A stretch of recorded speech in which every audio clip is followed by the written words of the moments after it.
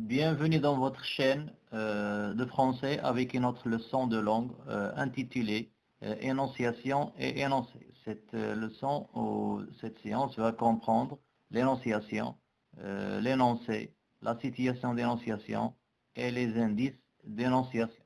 Alors, commençons par l'énonciation. Qu'est-ce que c'est que l'énonciation? C'est tout simplement le fait d'entrer en contact, le fait de communiquer, entrer en communication, que ce soit oral ou écrit, avec une autre personne ou même avec un groupe de personnes, bien sûr dans un lieu et dans un endroit précis, un moment et un temps précis, bien sûr. Alors ça, c'est ce qu'on peut dire de l'énonciation. Et l'énonciation, c'est un acte. Alors, l'énoncé, bien sûr, c'est le produit, c'est le fruit, que ce soit oral ou écrit, de ce locuteur. C'est une suite de mots, c'est la suite de mots émise par ce locuteur vers un autre destinataire ou un groupe de destinataires, dans ce lieu précis, bien sûr, et à ce moment précis. Et l'énoncé, il se distingue de la phrase, ça veut dire il doit avoir été réellement dit par une personne dans une situation de communication.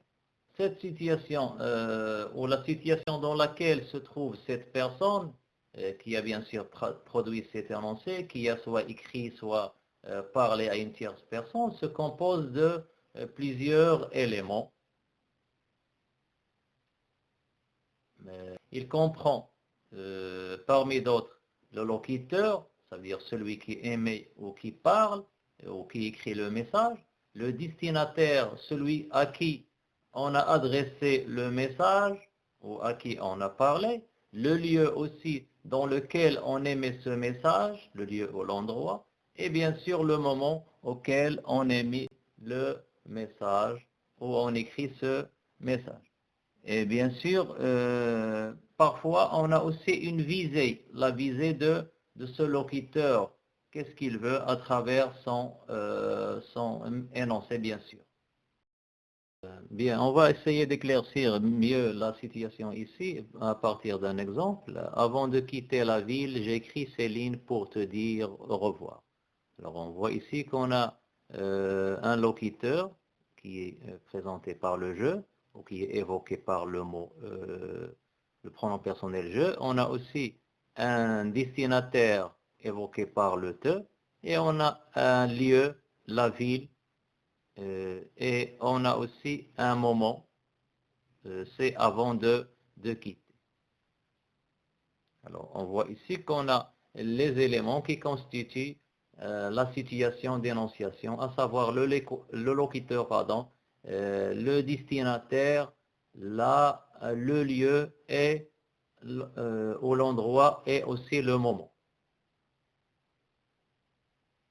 Alors, tous ces éléments qui constituent bien sûr la situation d'énonciation, locuteur, interlocuteur, destinataire, lieu et temps, ont des mots qui permettent de les évoquer dans diverses situations.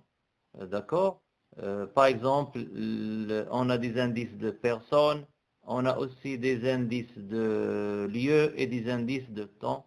Les indices de personnes, on peut les répartir entre deux parties, ceux qui renvoient ou qui évoquent le locuteur et ceux qui évoquent aussi le destinataire. Alors, pour les mots qui évoquent le locuteur, on trouve des pronoms personnels comme le je, le nous, le me, comme on vient de voir dans notre exemple.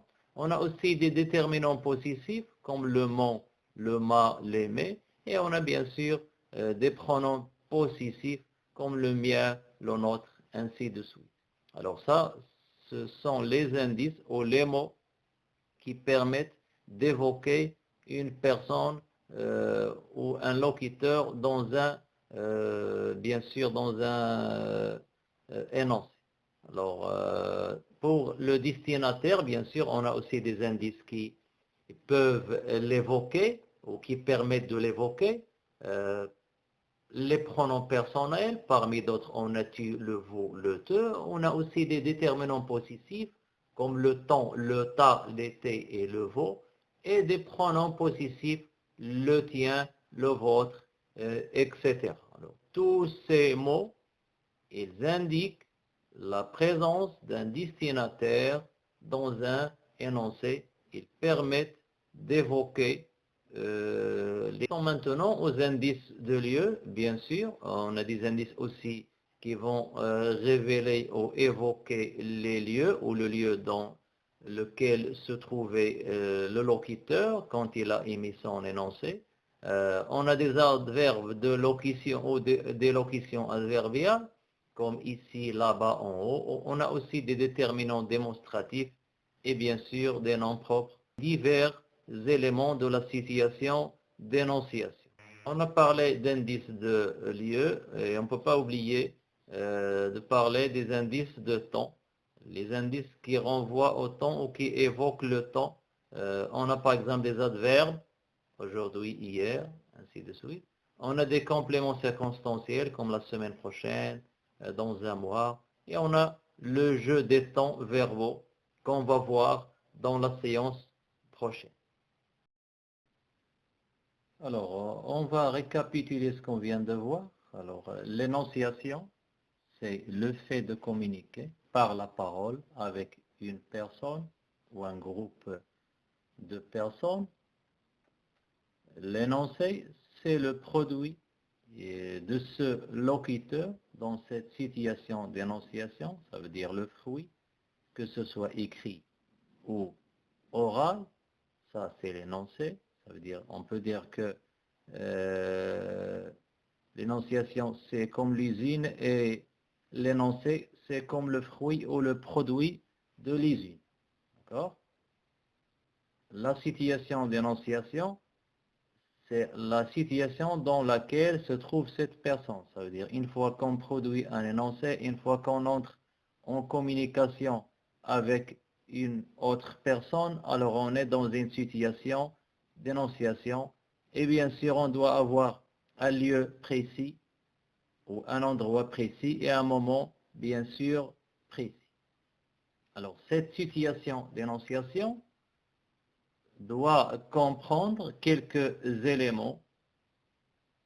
On a le locuteur ou l'énonciateur, celui qui parle, ou celui qui parle, c'est le locuteur.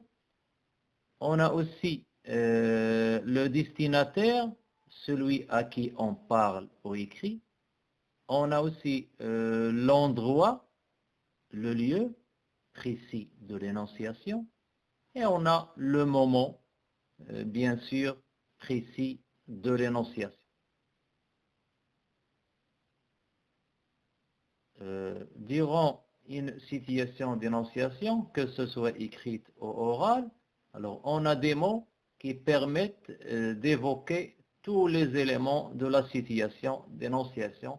Ça veut dire qu'ils permettent d'évoquer le locuteur, le destinataire, le lieu ou l'endroit et le moment. Tous ces mots, ils sont appelés des indices d'énonciation. Les indices d'énonciation. Ces indices d'énonciation peuvent être des indices de personnes pour le locuteur, et on a parlé de pronoms personnels, de déterminants possessifs et aussi de pronoms possessifs comme le mien, le tien, des pronoms personnels comme le je, le nous, le me ou le te, et aussi des déterminants possessifs de la première personne comme le mon, mes ou non. On a aussi, parmi les indices de personnes, des indices qui évoquent le destinataire, des indices de la deuxième personne, que ce soit des pronoms personnels, que ce soit des déterminants possessifs, ou même des pronoms possessifs comme le tien et le vôtre.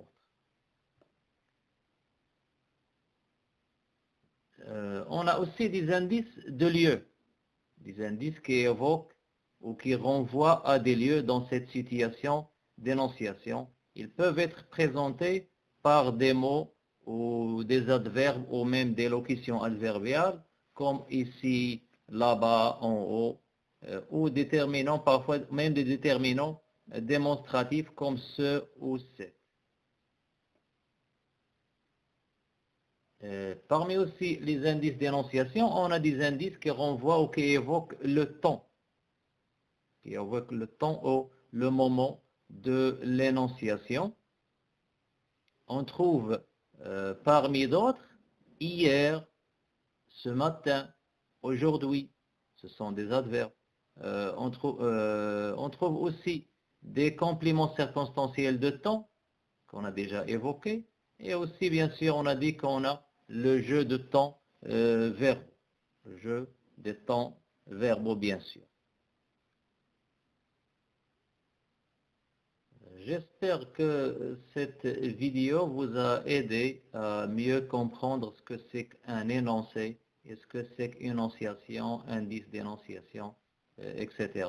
N'hésitez pas à me laisser des messages, que ce soit pour critiquer ou pour demander quoi que ce soit concernant la leçon ou d'autres leçons. Et merci pour votre écoute.